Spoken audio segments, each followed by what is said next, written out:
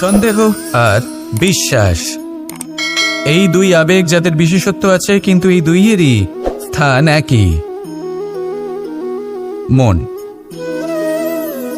বিশ্বাস আর সন্দেহ এই দুটোই কখনো আমাদের দুঃখের কারণ হয়ে দাঁড়ায়, বিশেষ করে তখন যখন আমরা কোনো ব্যক্তির চরিত্রের আকলন উচিতভাবে করতেই পারি না। আর তাছাড়া এই কাজটা সহজ নয়। আমরা কখনো কখনো কোনো অনুচিত ব্যক্তিকে উচিত বলে ভেবে বসি, তার উপর বিশ্বাস করে ফেলি, আর ফলস্বরূপ সেই ব্যক্তি আমাদের বিশ্বাস ভঙ্গ করে বসেন, আর আমাদের দুঃখের সম্মুখীন হতে হয়। ঠিক সেইভাবেই কখনো কখনো আমরা এমন কোনো ব্যক্তির উপর সন্দেহ করি যে হয়তো পূর্ণরূপে পূর্ণ নিষ্ঠা ভরে আমাদের মঙ্গল কামনাই করেছেন, এমন একজন ব্যক্তি যে সত্যি বিশ্বাসের পাত্র। আর যখন সেই ব্যক্তি এটা জানতে পারেন যে আমরা তাকে নিয়ে সন্দেহ করেছি, খুবই স্বাভাবিক তিনি দুঃখী হয়ে যান। এমন কোনো ব্যক্তিকে দুঃখ দিলে আমাদের মনও দুঃখী হয়ে যায়। তখন আমরা এটা ভাবি যে এই সংসারে আমরা কার উপর আস্থা রাখব আর কাকেই বা সন্দেহ করব? এর উত্তর হলো সময়। এই সংসারে কোনো ব্যক্তির চরিত্র যাচাই করা সবথেকে কঠিন কাজ, সেটা সময় নিয়ে করুন। কোনো ব্যক্তিকে যদি আপনি বুঝতে চান, তাকে পরখ করে দেখতে চান, তাহলে তার সাথে যতটা সম্ভব সময় অতিবাহিত করুন। এই সময় আপনার সামনে সেই ব্যক্তির এমন কিছু দিক তুলে ধরবে যা আর কোনোভাবে আপনি দেখতে পাবেন না। তারপর কি, সময়ের সাথে আপনি জানতে পেরে যাবেন যে এই ব্যক্তি, তার উপর বিশ্বাস করা উচিত নাকি অনুচিত। শুধু এভাবেই যাচাই করুন আর আমার সাথে ভালোবেসে বলুন, রাধা রাধা। এই সংসারে প্রত্যেকটি ব্যক্তির নিজস্ব বিশেষত্ব আছে, আর এই বিশেষত্ব কারোর কাছে শক্তির সমান, কারোর কাছে দুর্বলতা, তা সে মানুষই হোক বা পশু পাখিই হোক না কেন। যেমন মাছ নিজের সমগ্র জীবন জলের মধ্যেই যাপন করতে পারে, কিন্তু সে বনের মধ্যে ছুটতে পারবে না। সেখানে সিংহকে বনের রাজা বলা হয়, কিন্তু সে তার আধিপত্য জলে স্থাপন করতে পারবে না। যদি এই সিংহ মাছকে এই প্রতিস্পর্ধা জানায় যে তুমি বনের মধ্যে এসে আমার সম্মুখীন হও, তাহলে সেটা অনুচিত হবে। সেটা মাছের দুর্বলতা নিয়ে উপহাস করার মতোই হবে। এবার সংসার এটা দেখে যিনি দুর্বল তার পরিস্থিতি দেখেও হাসবে, আর আপনার মূর্খামি দেখেও উপহাসই করবে। সেই জন্য নিজের জীবনে সব সময় যদি নিজের তুলনা করতে হয়, তাহলে সেই ব্যক্তির সাথে করুন যে বল, স্থান এবং ধন, এই তিন দিকে আপনার সমতুল্য, কারণ সেক্ষেত্রে দুজনেই উচিত শিক্ষা লাভ করবেন। যদি এমন কোনো ব্যক্তি থাকেন যিনি আপনার থেকে শক্তিশালী, কিন্তু তিনি আপনাকে দুঃখ দেওয়ার চেষ্টা করছেন, তাহলে এটা জেনে রাখবেন যে মানুষ কিন্তু সেই গাছেই পাথর ছুঁড়ে মারে যার ফল অত্যন্ত সুমধুর হয়ে থাকে। আর যদি আপনি বেশি শক্তিশালী হন, তাহলে অহংকার করবেন না। এটা মনে রাখবেন, অনেক বড় বড় পাথরও জলে ডুবে গিয়ে নিজের অস্তিত্ব হারিয়ে ফেলেন। নিজের নিজের শক্তি সম্পর্কে সচেতন হন, সবাইকে ভালোবাসুন, সবাইকে সাহায্য করুন, আর আমার সাথে ভালোবেসে বলুন, রাধা রাধা। মানুষ জীবনে সব সময় চিন্তা করে, ভাবতে থাকে যে তার জীবনে কতই না সমস্যা। তারপরে নিজের আশেপাশে দেখে আর ভাবে যে সবাই কত প্রসন্ন, শুধু আমার জীবনেই সমস্যা আছে। কিন্তু বিষয়টা তা নয়। শুধু প্রত্যেক ব্যক্তিরই নয়, প্রত্যেক প্রাণীরও জীবনে সমস্যা আছে। এবার মানুষ একটা পাখিকে দেখে এটাই ভাবে যে এদের জীবন কতটা সহজ। কোনো দেশেরই সীমারেখা এদের ওপর লাগু হয় না। কোথায় থাকবে সেই নিয়েও কোনো ভাবনা নেই, কত শান্তির জীবন এদের। তারপর সে একটা পিঁপড়েকে দেখে আর এটা ভাবে, কি অসাধারণ, এদের তো সারা জীবনই মাটির উপরেই অতিবাহিত হয়, খাবারটাও মাটিতেই পেয়ে যায়, কি শান্তির জীবন এদের। কিন্তু যখন কোনো ঝড় আসে, তখন সবার আগে সেই পাখির বাসাটাই ঝড়ে ভেঙে যায়। এই পাখি যে শাখাতেই গিয়ে বসে পড়ুক, তাদের উপর সবসময় সংকট থাকে যে ওপর থেকে কোনো বড় পাখি এসে তাদের উপর প্রহার না করে, তারা নিজেদের প্রাণ না হারায়। আর যদি কথা বলি পিঁপড়েকে নিয়ে, এদের উপর সবসময় সংকট থাকে যে কোনোভাবে বাতাস বা জল এদের ভাসিয়ে না নিয়ে যায়, কোনো প্রাণী ওকে পা দিয়ে পিষে না দেয়, এই পিঁপড়ে পিষ্ট হয়ে না মারা যায়। দেখুন, সমস্যা প্রত্যেকের জীবনে রয়েছে, আর এই সমস্যা আসতেই থাকবে। এর অর্থ এটা নয় যে এই সমস্যার সম্মুখীনই হওয়া যায় না, এর সমাধানও সম্ভব নয়। প্রত্যেক সমস্যার সমাধান অবশ্যই আছে, শুধু শান্ত মনে সেটা খুঁজে বের করতে হবে। তাহলে সেটাই করুন, প্রত্যেক সমস্যার সমাধান করতে থাকুন। যত সমাধান করবেন জীবন আনন্দময় হয়ে উঠবে। যদি সমাধান না করেন তাহলে আজীবন দুঃখই পেতে থাকবেন। আসুন আমার সাথে ভালোবেসে বলুন, রাধা রাধা। এই জীবনে আমরা কখনো না কখনো জয়ী হয়েছি, আবার কখনো পরাজয়েরও সম্মুখীন হয়েছি। কিন্তু একটা কথা বোঝা খুব প্রয়োজনীয়, যখন আমরা বিজয়ী হই তখন অবশ্যই উৎসব পালন করা উচিত, কিন্তু অহংকার করা উচিত নয়। সেখানেই যখন আপনি পরাজিত হন তখন বিফল হওয়ার শোক পালন করবেন না, এই মনকে কুণ্ঠিত হতে দেবেন না। মনকে একাগ্রচিত্ত করুন, এই ইতিবাচক মনোভাব নিয়ে অগ্রসর হন। এই ইতিবাচক ভাবনা মনে জাগ্রত করার জন্য প্রথমে এটা বোঝা প্রয়োজনীয় যে ঈশ্বর ভেঙে যাওয়া বস্তুকেও সুন্দরভাবে ব্যবহার করে থাকেন। মেঘ যখন ভেঙে পড়ে তখন আমরা বর্ষাকে পাই, সেই বর্ষা যা এই ধরিত্রীকে শান্ত করে। পাথুরে জমি যখন সেটা ভগ্ন হয় তখন আমরা সমতল ধরিত্রী লাভ করি, ক্ষেত লাভ করি, যার থেকে আমরা সামগ্রী পেতে পারি। যখন একটি বীজ ভগ্ন হয় তখন তার থেকে চারা জন্ম নেয়, যেটা ভবিষ্যতে আমাদের সুস্বাদু ফল দান করে, ফুলও প্রদান করে। তাই জীবনে যদি কখনো আপনার মনে হয় যে আপনি ভেঙে পড়েছেন, তাহলে দুঃখী হওয়ার কোনো প্রয়োজন নেই। আপনাকে শুধু এটা বুঝে নিতে হবে যে ঈশ্বর শীঘ্রই আপনাকে খুব বিশেষ একটা কিছু প্রদান করতে চলেছেন। এই জীবনে ওঠা নামা, জয় পরাজয়, এই সব কিছু আসতে থাকবে, চলেও যাবে। এই সব কিছুর সম্মুখীন হয়ে অগ্রসর হন, কিন্তু মনে ইতিবাচক শক্তি নিয়ে। আসুন আমার সাথে ভালোবেসে বলুন, রাধা রাধা। অনেক সময় পথে চলতে গেলে এই ছোট ছোট কাকড় আমাদের পায়ের তলায় চাপা পড়ে যায়, কিন্তু তাও কখনো এদের অপমান করবেন না। এদের প্রারব্ধকে নিয়ে, এদের ভাগ্যকে নিয়ে, এদের আকারকে নিয়ে কখনো উপহাস করবেন না। ভাবুন, যদি কখনো ঝড় ওঠে আর এই ছোট্ট একটা কাকড় আপনার চোখে ঢুকে যায়, তাহলে কিন্তু সেটা আপনাকে অত্যন্ত কষ্ট দিতে পারে। এরকমই হয় আমাদের জীবনের প্রত্যেকটি ব্যক্তির।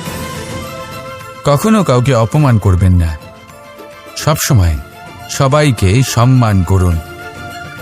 যদি আপনি কাউকে অপমান করেন, যদি আপনি কাউকে ছোট অনুভব করান, হতে পারে সময় এলে পরে সেই ব্যক্তিও আপনার শত্রু হয়ে উঠবে, আপনাকে বিকট পরিস্থিতিতে ফেলতে পারে। সেই জন্য কারোর আকার দেখে তাকে সম্মান করবেন না।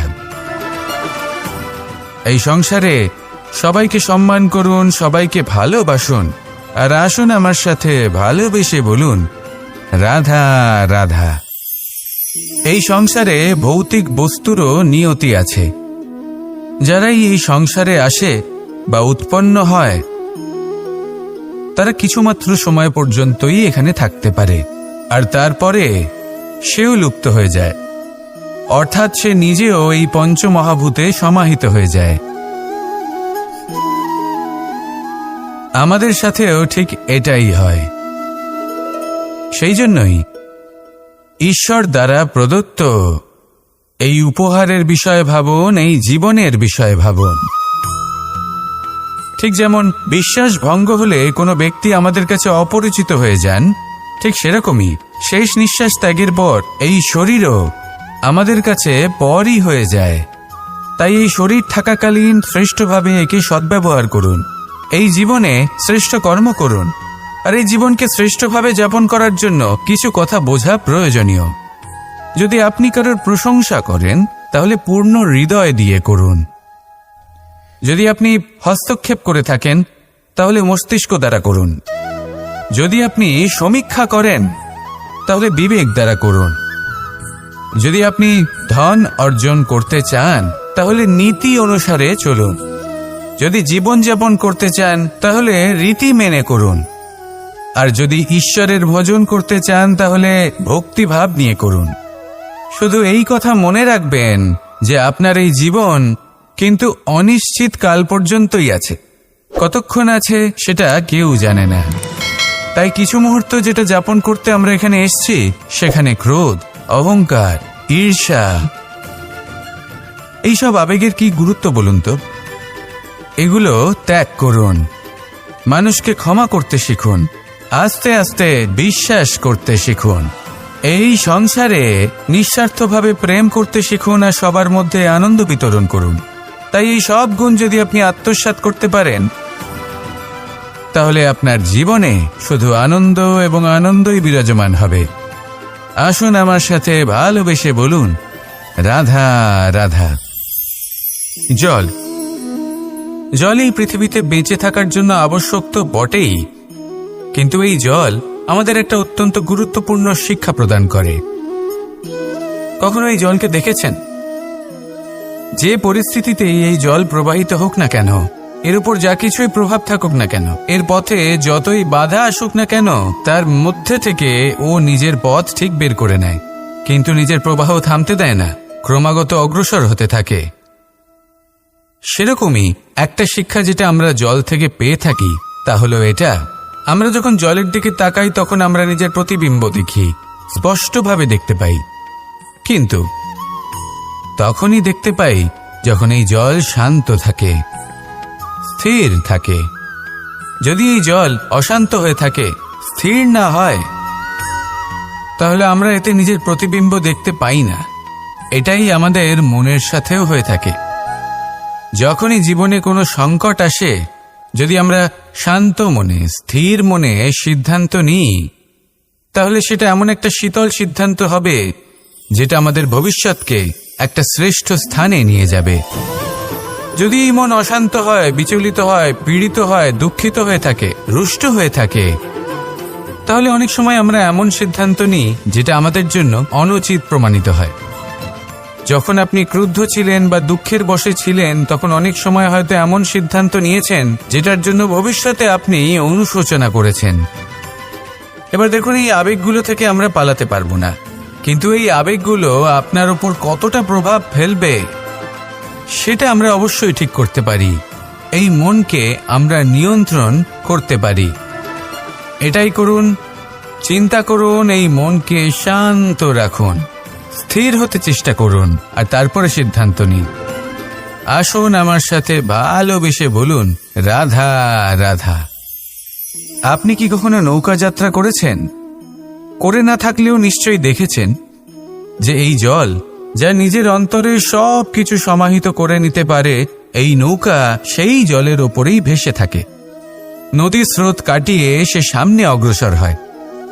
কিন্তু যদি এই নৌকায় কোনো ছিদ্র হয়, তাহলে কিন্তু সেই নৌকা ডুবে যাবে। আর এতে কোনো তফাৎ হবে না যে সেই ছিদ্র ছোট নাকি বড়, নৌকা ডুবে যাবে। এই ছিদ্র হলো আমাদের জীবনে আমাদের অপগুণ, আমাদের দোষ, আমাদের বিকার। কখনো এটা ভাববেন না যে এই দোষ খুবই ছোট, এতে কিছুই যাবে আসবে না। না, সেই ছোট দোষ, সেই ছোট বিকার, যদি সেটাকে শুধরে না নেন, তাহলে সেটা আপনাকে আপনার পতনের দিকে নিয়ে যাবে। শেষ পর্যন্ত এটা আপনার উপর নির্ভরশীল যে আপনি কি চান। আপনার জীবনের এই নৌকা এভাবেই ডুবে যেতে দেখবেন, নাকি নিজেকে শুধরে নিয়ে সেই নৌকার সেই ছিদ্রটাকে ভরিয়ে তুলতে চাইবেন? নির্বাচন আপনার। আসুন আমার সাথে ভালোবেসে বলুন, রাধা রাধা। আমরা সবাই পাথর দেখেছি, পর্বতও দেখেছি, শুকনো পাতাও দেখেছি, শ্যামল বনানীও দেখেছি। কখনো ভেবেছেন পাথরের অস্তিত্ব কিন্তু ততক্ষণ পর্যন্ত যতক্ষণ সে পর্বতের গায়ে আটকে থাকে। যখন সেই পর্বত থেকে সেই পাথর ভিন্ন হয়ে যায় ও নিজের অস্তিত্ব হারিয়ে ফেলে। আস্তে আস্তে কখনো পাথর কেটে বা কখনো পিষ্ট হয়ে সেই পাথর আস্তে আস্তে মাটিতে পরিণত হয় এবং পূর্ণরূপে নিজের অস্তিত্ব হারিয়ে ফেলে। এটাই পাতার সাথেও হয়। এই পাতা যতক্ষণ গাছের ডালের সাথে যুক্ত ততক্ষণ তার অস্তিত্ব থাকে। যখনই ডাল থেকে বিচ্ছিন্ন হয় সেও নিজের অস্তিত্ব হারিয়ে ফেলে। আর এটাই আমাদের সাথেও হয়। যতক্ষণ আমরা নিজেদের আপনজনের সাথে যুক্ত থাকি আমাদের অস্তিত্ব বজায় থাকে। যখন আপনজনদের সাথে সম্পর্ক ছিন্ন করি তখন আমরাও আমাদের অস্তিত্ব হারিয়ে ফেলি। এবার এই সংসারের প্রত্যেক ব্যক্তি স্বতন্ত্র থাকতে চান, আর অনেক ব্যক্তি স্বতন্ত্র থাকবেন বলে আপনজনদের দূরে করে দেন আর তাদের সাথে এই সম্পর্ক ছিন্ন করেন। এটা কি সত্যি প্রয়োজন? আপনজনদের সাথে সম্পর্ক ছিন্ন করে নিজের অস্তিত্ব হারিয়ে ফেলা প্রয়োজনীয়, নাকি আপনজনদের সাথে সম্পর্ক বজায় রেখে নিজেদের স্বতন্ত্র করে রাখা সেটা আবশ্যক? নির্বাচন আপনারই। আসুন আমার সাথে ভালোবেসে বলুন, রাধা রাধা। আমরা প্রত্যেকেই অবশ্যই এমন সময় দেখেছি যখন অনেকগুলো সমস্যা একসাথে আমাদের জীবনে এসে পড়ে। সমস্যা আমাদের প্রত্যেকের জীবনেই থাকে। আমরা তার সমাধান খুঁজতে চেষ্টা করি, কখনো সমাধান খুঁজে পাই, আবার কখনো যতই চেষ্টা করি না কেন কোনো সমাধান খুঁজেই পাই না। আর যখন এটা হয় তখন মানুষ অত্যন্ত বিচলিত হয়ে পড়েন। নিজের আত্মীয় স্বজন, নিজের বন্ধু বা সংসার, এদের ওপরে এই দোষ চাপিয়ে দেন যে এদের জন্যই এই সমস্যা এসেছে। এবার যদি আমি আপনাকে কোনো পরামর্শ দিই তাহলে এটাই বলবো যে দৃষ্টিভঙ্গি পাল্টে দেখুন। এই দৃষ্টিভঙ্গি দিয়ে দেখুন যে এই সংসারে যে সমস্যায় আসুক না কেন তার জন্য কেউ দোষী নয়, না আপনি না অন্য কেউ। এই পুরো খেলাটাই আপনার মানসিকতা, আপনার দৃষ্টিভঙ্গি, আপনার মনের। কিভাবে বোঝাচ্ছি? যখন আমাদের মন শক্ত থাকে তখন কঠিন থেকে কঠিনতর পরিস্থিতিও আমাদের জীবনে খুব বেশি হলে প্রতিস্পর্ধা হয়ে থেকে যায়। সেখানে যদি আমাদের মন দুর্বল থাকে তখন অল্প কঠিন পরিস্থিতিও আমাদের কাছে খুব বড় সমস্যা হয়ে যায়, তাই না? একটা শক্ত মন কঠিন পরিস্থিতিকে প্রতিস্পর্ধা হিসেবে দেখে আর তার মধ্যে ওটা সুযোগ খুঁজে নেয়। আমাদের শুধু এটাই করতে হবে। এই সংসারে অন্য কাউকে দোষী মনে করলে আপনার সমস্যা দূর হয়ে যাবে না। সেই জন্য এই সংসারকে দোষ দেওয়ার বদলে এই সমস্যার মূলে চলে যান, সেটাকে বুঝুন, নিজের এই মনকে শক্ত করে তুলুন।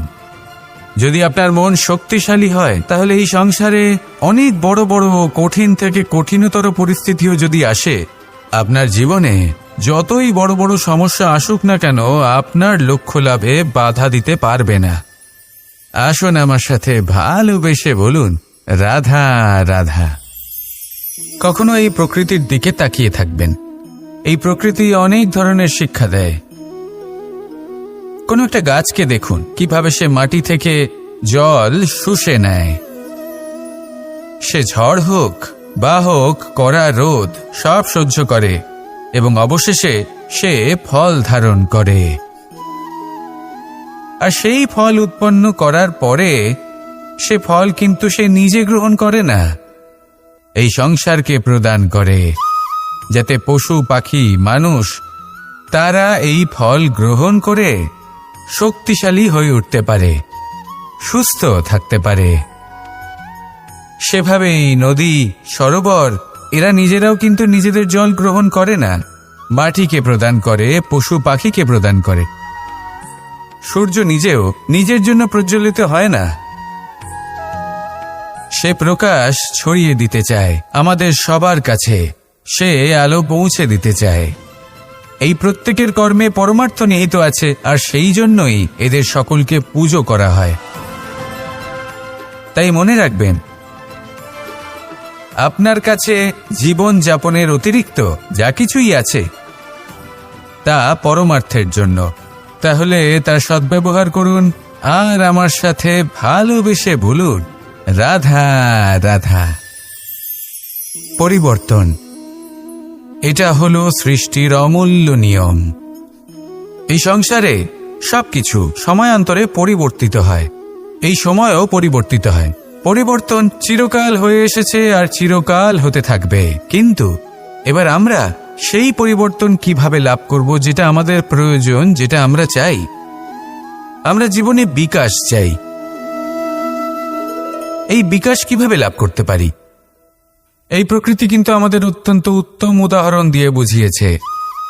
একটি বিন্দুর উদাহরণ দিয়েছে, যা ভবিষ্যতে একটা বিশাল নদীর আকার ধারণ করে। এটা কিভাবে হয়? মেঘ থেকে একটি বিন্দু ঝরে পড়ে সেই পর্বতের ওপর যেখানে হিম আছে। সেই হিমের সংস্পর্শে আসা মাত্র সেই বিন্দুর সাথে আরও বেশ কিছু বিন্দু যুক্ত হয়। তারপর তারা অগ্রসর হয়, আরও কিছু বিন্দু যুক্ত হয়, আস্তে আস্তে একটা ক্ষীণ ধারার রূপ ধারণ করে। এবং সেটাই ভবিষ্যতে আরও এগোতে থাকে। অনেকটা যাওয়ার পর যখন অনেক সংখ্যক বিন্দু একসাথে যুক্ত হয়, তখন সেটা বিশাল নদীর আকার ধারণ করে। এবার আমরা মানুষ বলে আমাদের সাথে এই নিয়মের অন্যথা হয় তা নয়। আমরাও এই প্রকৃতির অংশ। আমাদের ক্ষেত্রেও একই নিয়ম প্রযোজ্য।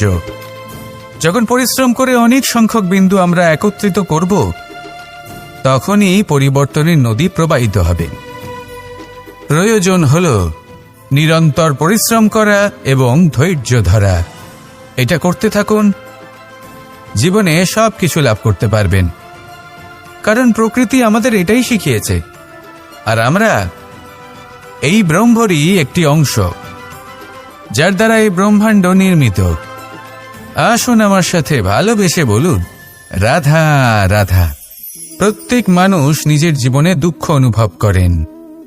প্রত্যেকের দুঃখ আলাদা হতে পারে।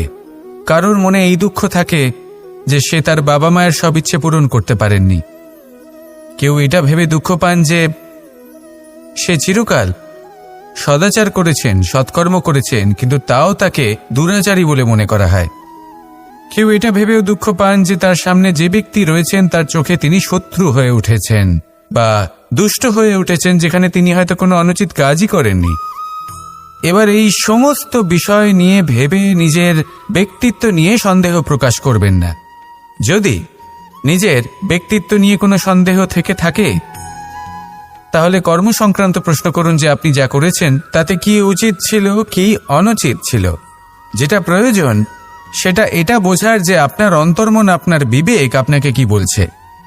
আর আপনার অন্তর্মন আর আপনার বিবেক আপনাকে যেটা করতে বলবে, শুধু সেটাই করুন। আর তারপরে এই সংসার কি বলবে, কি ভাববে, সেসব নিয়ে ভাবতে যাবেন না। কারণ এই সংসার তো ঈশ্বরকেও প্রশ্ন করে থাকে, ঈশ্বরকেও দোষী মনে করে। কখনো কখনো যখন কোনো ঘটনা মানুষের ইচ্ছা অনুযায়ী ঘটে না, তখন মানুষ এটা বলে যে, হে ঈশ্বর, আপনি আমার পাশে থাকলেন না, আপনি বড়ই কঠোর, এটা আপনার দোষ। যেখানে বেশিরভাগ সময় হয়তো সে নিজেই নিজের কর্মফল ভোগ করছে। আর কখনো কখনো ঈশ্বর হয়তো তার জন্য আরো ভালো কোনো পরিকল্পনা করে রেখেছেন, কিন্তু মানুষ সেটা বুঝতে পারে না। তাই দিনের শেষে যেটা প্রয়োজন সেটা হলো নিজের মনের কথা বুঝতে হবে। আপনার বিবেক কি বলছে শুধু সেটাই করুন আর সামনে এগোতে থাকুন। আমার সাথে ভালোবেসে বলুন, রাধা রাধা। পাশা নামক এই খেলাটি আপনারা নিশ্চয়ই খেলেছেন। না খেলে থাকলে দেখেছেন, আর যদি দেখেও না থাকেন তাহলে নিশ্চিত রূপে শুনেছেন। মহাভারতের এই মহাযুদ্ধ কোথাও না কোথাও এই পাশা নামক খেলার কারণে হয়েছিল। পাশার এই বিচিত্র খেলা, দান, এইসবের কারণে কেউ নিজের মাথায় রাজমুকুট পরিধান করেছিলেন, আবার সেখানে পরাজিত হওয়ার জন্য কাউকে বনবাস ভোগ করতে হয়েছিল। কিন্তু এই খেলা সমাপ্ত হওয়ার পরে সমস্ত ঘটি আর এই পাশার ছক একই পুটলিতে স্থান পেল। এটাই হলো আমাদের জীবন। এই সংসারে আমরা জয় পরাজয়ের বিষয়ে এতটাই ভাবি, এত চিন্তা করি যে এই জীবনের খেলার আনন্দটাই উপভোগ করতে পারি না। আর অবশেষে কি হয়? কেউ জয়ী হন, কেউ পরাজিত হন, কিন্তু দুজনেই একই স্থানে পৌঁছে যান। প্রত্যেক ব্যক্তি মৃত্যুর পরে একটি নির্দিষ্ট স্থানেই পৌঁছতে বাধ্য, কিন্তু ততক্ষণ এই জীবন, এই খেলা, তার আনন্দ উপভোগ করুন। এই সংসারে সেই ব্যক্তি শ্রেষ্ঠ স্থানে পৌঁছতে পেরেছেন যিনি এই সংসারকে প্রকাশ প্রদান করেছেন, যিনি কখনো জয় পরাজয় এ বিষয়ে ভাবেননি, শুধু এই জীবনের খেলার আনন্দ উপভোগ করেছেন। এটাই আপনিও করুন আর আমার সাথে ভালোবেসে বলুন, রাধা রাধা। আমরা সকলে সামাজিক জীব।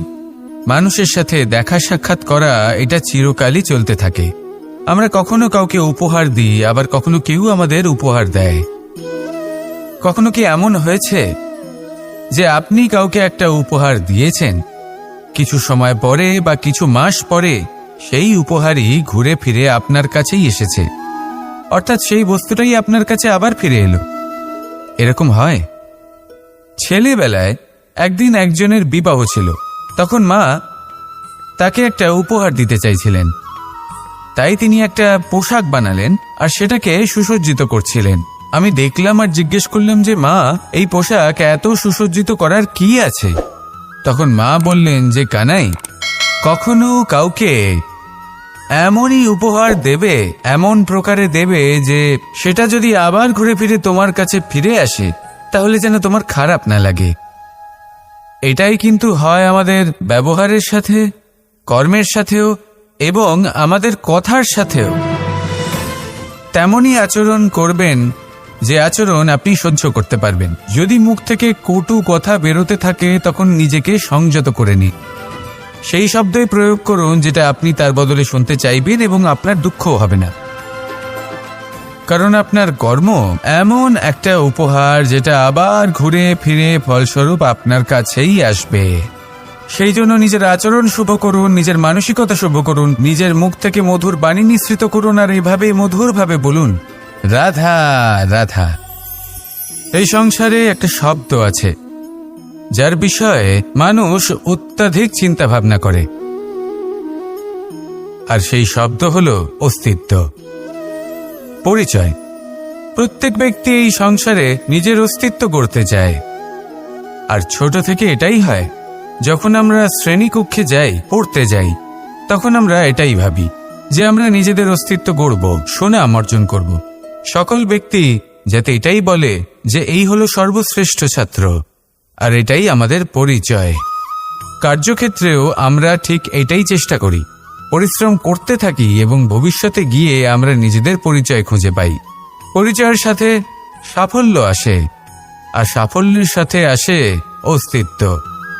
আর যখন এই দুটি সংযুক্ত হয় তখন মানুষ অসফলতার কথা ভেবে ভয়ভীত হয়ে পড়ে, আর এটা ভাবতে থাকে যে যদি আমি অসফল হই তাহলে সেই পরিচিতির কি হবে, সেই নামের কি হবে, সেই সব কিছু যে আমি অর্জন করেছি তার কি হবে। সে ভয়ভীত হয়ে পড়ে, আর এই ভয়ের কারণে তার বিকাশ কোথাও না কোথাও অবরুদ্ধ হয়। সে শ্রেষ্ঠ কর্ম করা বন্ধ করে দেয় এবং শুধুই সুরক্ষিত থাকতে চেষ্টা করে। আর অসফল হলে তাতে ভয় পাওয়ার কোনো প্রয়োজন নেই, কারণ যখন আপনি সফল হন তখন এই সাফল্য আপনার পরিচয় এই সংসারের সাথে করায়।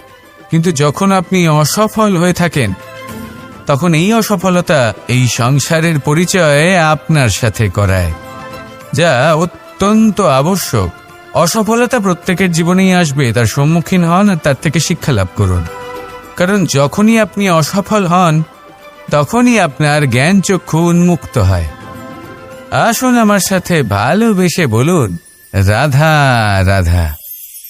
আপনি কখনো পলাশ ফুল দেখেছেন? কি সুন্দর দেখতে, লাল রক্তবর্ণ, উজ্জ্বল, কিন্তু এতে কোনো সুগন্ধ নেই। সেই জন্য ওকে শুধু চোখ ভরে দেখতে ইচ্ছে করে। দেখবেন তাকে কিন্তু পুজোতে ব্যবহার করা হয় না, এই ফুল দিয়ে মালা বানানো হয় না। সেরকমই আমাদের জীবনে এমন অনেক ব্যক্তি রয়েছেন যাদেরকে সম্মান অর্জন করতে হয়। যদি আপনি কোনো উচ্চ বংশে জন্ম নিয়ে থাকেন এবং আপনার কাছে সবকিছু থাকে, ধন ঐশ্বর্য থাকে, সবকিছু আপনি আগে থেকেই পেয়ে গেছেন, তাও কিন্তু এই সংসার আপনাকে সম্মান দেবে না। ততক্ষণ পর্যন্ত দেবে না যতক্ষণ না আপনি নিজের অন্তরে গুণ জাগ্রত করছেন, শ্রেষ্ঠ কর্ম করছেন, নিজের অন্তরে ইতিবাচক মনোভাবের এই সুবাস জাগ্রত করছেন। যদি এসব কিছু করেন তাহলে এই সংসার আপনাকে সম্মান দেবে। এবার এটা আপনার ওপরে নির্ভরশীল যে আপনি কি পলাশ ফুলের মতো হতে চান, নাকি অন্য কোনো ফুল হয়ে উঠতে চান যার সুবাস আছে, যে নিজের সুবাস এই সারা পৃথিবীতে ছড়িয়ে দেয়। আসুন আমার সাথে ভালোবেসে বলুন, রাধা রাধা।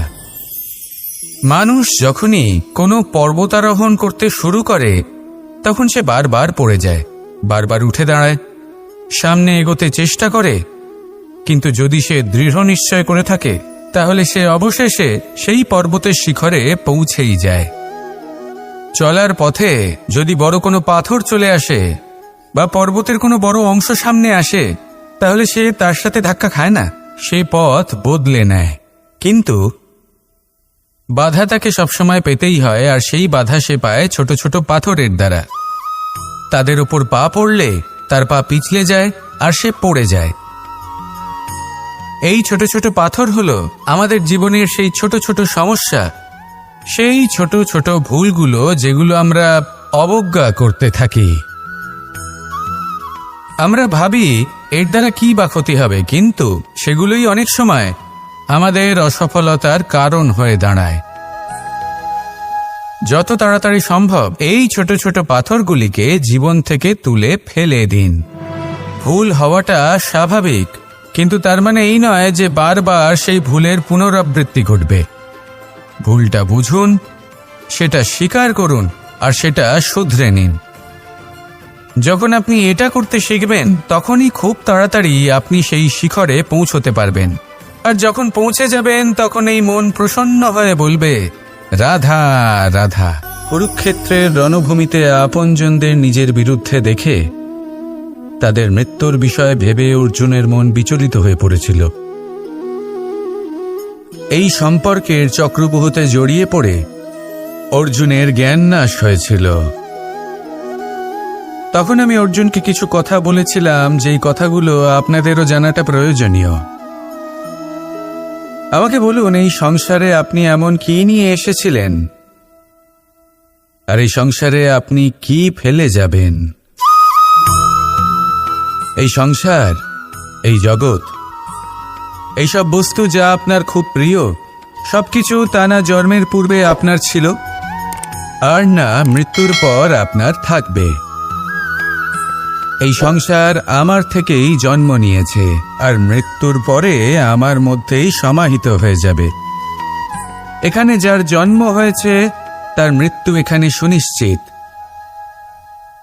শুধু জন্ম আর মৃত্যুর মধ্যের এই শরীর শুধুমাত্র একটা মাধ্যম যার দ্বারা আমরা কর্ম করি, আর এই কর্মের ওপরেই শুধু আমাদের অধিকার রয়েছে।